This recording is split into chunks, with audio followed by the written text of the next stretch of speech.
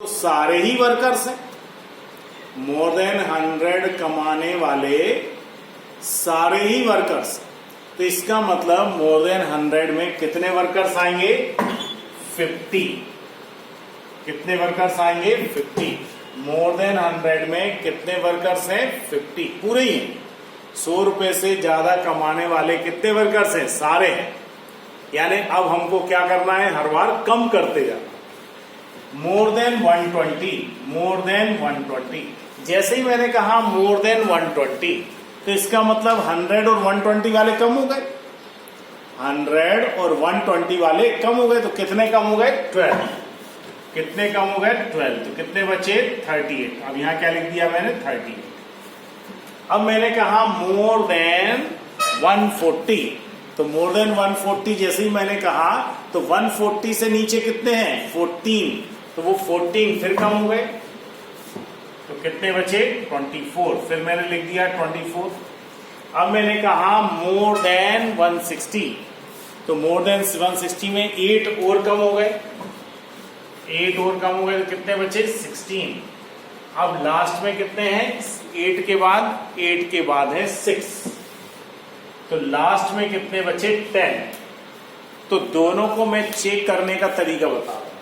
यहां पे 50 आ गए तो क्या वर्कर्स 50 थे? बिल्कुल थे। तो ये हमारा सही है। प्लस करना हमारा सही है।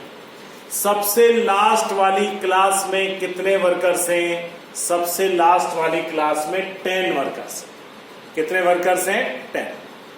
अगर 10 वर्कर्स हैं तो इसका मतलब लास्ट क्लास में हमारे पास कितने आने चाहिए? 10। लास्ट क्लास में कितने आना चाहिए? 10। लास्ट क्लास में हमारे पास कितने आने चाहिए? 10। क्या 10 आ गए हैं? तो बिल्कुल सही है। यानी ये दोनों टेबल हमारे बिल्कुल सही है। अब मैं इसको मोर देन का इसी में ही बना रहा हूं। आपको अलग से बनाना है। आपको एक ही क्वेश्चन के 3 बनाना। तीनों क्वेश्चन एक साथ आते नहीं है, आएगा कोई एक ही। लेकिन आपको मैं जो होमवर्क दे रहा हूं उसमें आपको 3-3 डायग्राम बनाना है। लेस देन का अलग ग्राफ एक पेज पे, ग्राफ पेपर पे। मोर देन का अलग ग्राफ और एक combined graph. Less than, more then का। तो मैं सेकंड आपको क्या सिखा रहा हूं? More than. तो बिल्कुल सेम बन गया, वही का वही। इसमें तो कोई दिक्कत है ही नहीं है। चलिए 100 पे कितने हैं? 50। 100 पे कितने हैं? 50। 120 पे कितने हैं? 38। ये हो गया 35, ये हो गया 38।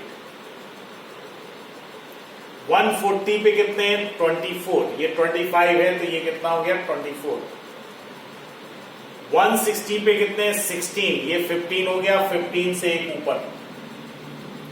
और 180 पे कितने? 10। परफेक्ट 10। ये हो गया 10। और अब हम इसको क्या करेंगे? फ्री हैंड इसको ग्राफ को बना। ठीक है, क्या किया हमने? फ्री हैंड इसको बना दिया। कभी भी स्केल का यूज नहीं करेंगे। इसमें क्लियर है कि इसमें आपको फ्री हैंड ही बनाना है। तो ये क्या बन गया हमारे लिए? More than. क्या बन गया ये? More than. ठीक है। अब मोर देन के बाद क्या करेंगे? Same procedure. n/2 n/2 25 से परपेंडिकुलर डाला, परपेंडिकुलर से x एक्सिस से परपेंडिकुलर डाला। इसको पढ़ लेंगे, वही हमारा मीडियन। तो ये हमारे लिए क्या बन गया? More than. तो इसमें आप फिर से स्क्रीनशॉट लो और स्क्रीनशॉट लेके मोर देन का बनाओ। लेकिन इसमें लेस देन वाली लाइन शो नहीं होगी। ठीक है, ये मैंने आपको सेकंड ग्राफ बता दिया।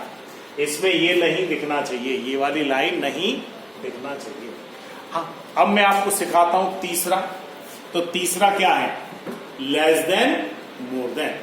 थर्ड क्या है? लेस देन, मोर देन, यानी कंबाइंड ग्राफ। तो ये तीसरा हो गया, यही तीसरा हो गया। लेकिन बस थोड़ा सा अंतर आएगा। ठीक है, थोड़ा सा अंतर क्या आएगा? देखो, एक तो ये हम परपेंडिकुलर ड्रॉ नहीं करेंगे। क्यों? हम n/2 भी नहीं करेंगे। क्यों? क्योंकि हमारे पास जो पॉइंट ऑफ इंटरसेक्शन मिलेगा उस पॉइंट ऑफ इंटरसेक्शन से ही हम परपेंडिकुलर ड्रॉ करेंगे। तो मैं अभी आपको कंबाइंड वाला बता रहा हूं, ठीक है, कंबाइंड वाला। तो एक तो ये लाइन कम हो जाएगी और एक लाइन कम होके अब हमें और क्या लिखना है वो भी समझ लो। ये लिखना है लेस देन ओजिव और इसको लिखना है मोर देन ओजिव। ये भी हमें मेंशन करना है। ये काय में मेंशन करना है, कंबाइंड वाले काय में मेंशन करना है, कंबाइंड। नॉर्मल में आपको कोई मेंशन करने की जरूरत नहीं है। तो इसका भी एक स्क्रीनशॉट लो। अब इसमें क्या होगा आपको, इसमें दोनों तो टेबल बनेंगे, दोनों टेबल बनेंगे और ये पूरा हो गया। इसमें ये मैं आपको मिटा देता हूं, यहां पे है ना पॉइंट टू कैलकुलेट करने की जरूरत नहीं है। तो ये हो गया आपका less than more then.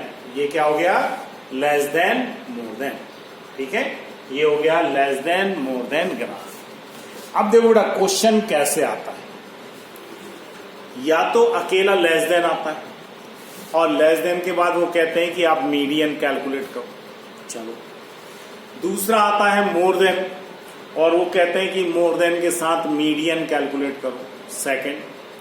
Third आता है कि less than more than ogive बनाओ, तो आपको less than more than combined ogive बनाना है, कंबाइंड, और इससे भी आपको मीडियन कैलकुलेट करना। कभी कभी इससे बड़ा क्वेश्चन भी आता है। तो बड़ा क्या आता है, बड़ा ये आ जाता है कि आप लेस देन से ओजिव बनाइए, बना लिया, फिर आप उससे मीडियन कैलकुलेट करिए, कर लिया, फिर उन्होंने कहा कि फार्मूले से वेरीफाई भी करिए कि आपने जो मीडियन कैलकुलेट किया है वो सही है या नहीं।